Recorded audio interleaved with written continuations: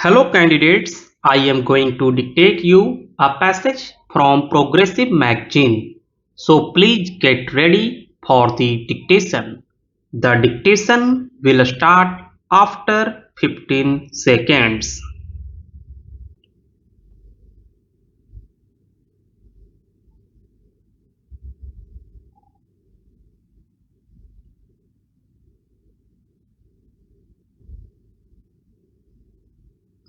Sir, I would suggest for the consideration of the House, and this is what we have been attempting to do in our science and technology plan also. We should have a plan of developmental application of rural technology. Only a few days back, a few friends from the Bangalore Institute of Science came to see me. They said that they had formed team, a team of scientists at the highest level who are teaching in that institute.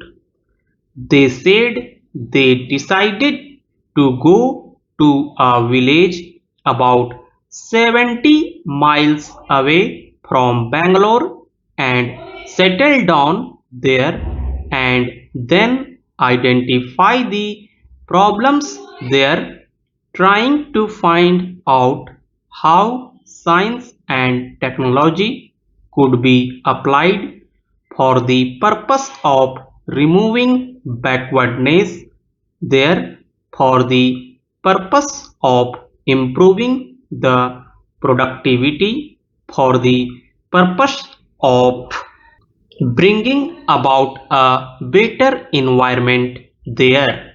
They have had some short-term experience in functioning in that village. They told me that they were encouraged very much, not only by the results which are coming out of their experiments, but by the response from the scientific community. It is obvious from this perhaps that each high-level scientific, technological or technical institution should be asked to take over a specific area and concentrate their efforts there to find out how science and technology could be applied for the purpose of better development of that area and to increase the productivity. Therefore, it is only science and technology which could provide the answer to remove this backwardness, and it is on the basis of this alone that we would be able to tackle many of the problems with which we are confronted, whether it is unemployment or the removal of poverty, particularly in the rural areas. So, this is the answer for that. The honorable members talked about rural indebtedness. Rural indebtedness is also due to the feudal traditions which have been continuing, bonded labor and other things.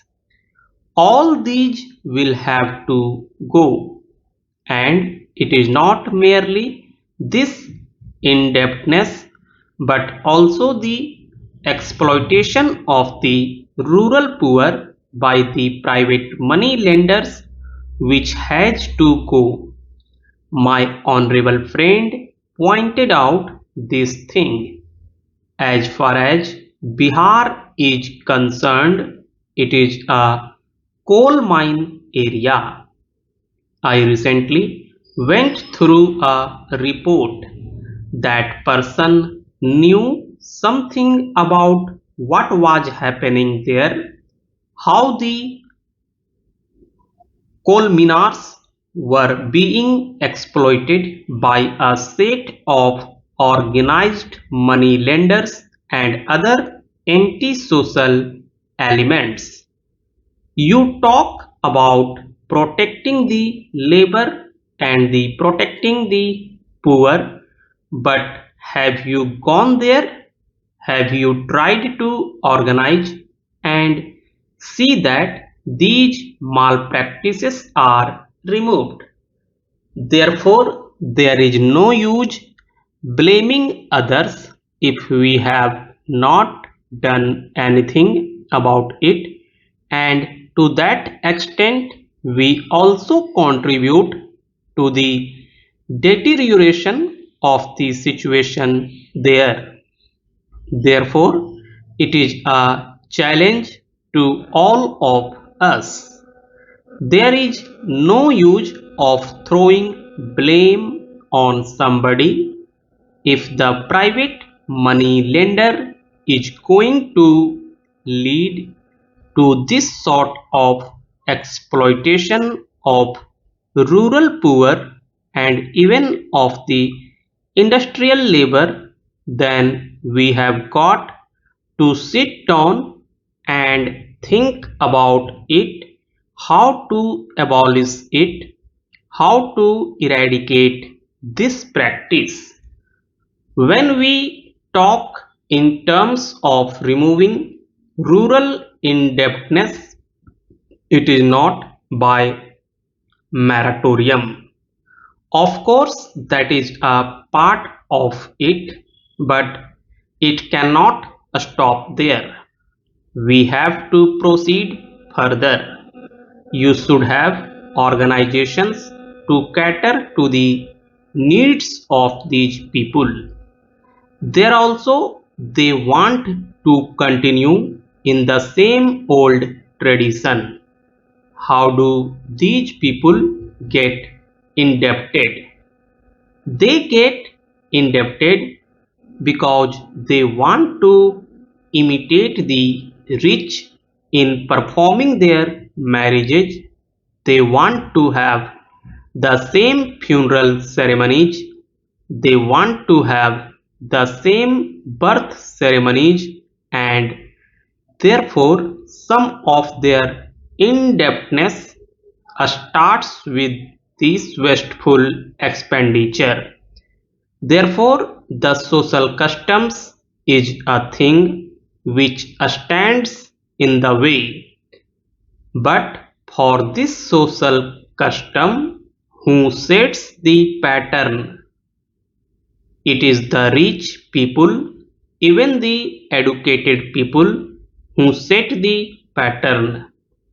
Therefore, if we want to remove the rural indebtedness, and if you want to remove the root cause for this, then all of us will have to respond to this and set an example to the poor, because they would look respectable only when they perform the marriage in a certain style, because we are doing the same.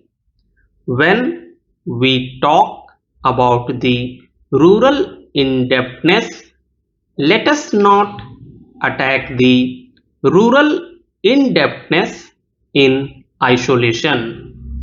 Unless we attack the social customs which lead to the wasteful expenditure, even this rural indebtedness cannot be tackled in an effective way.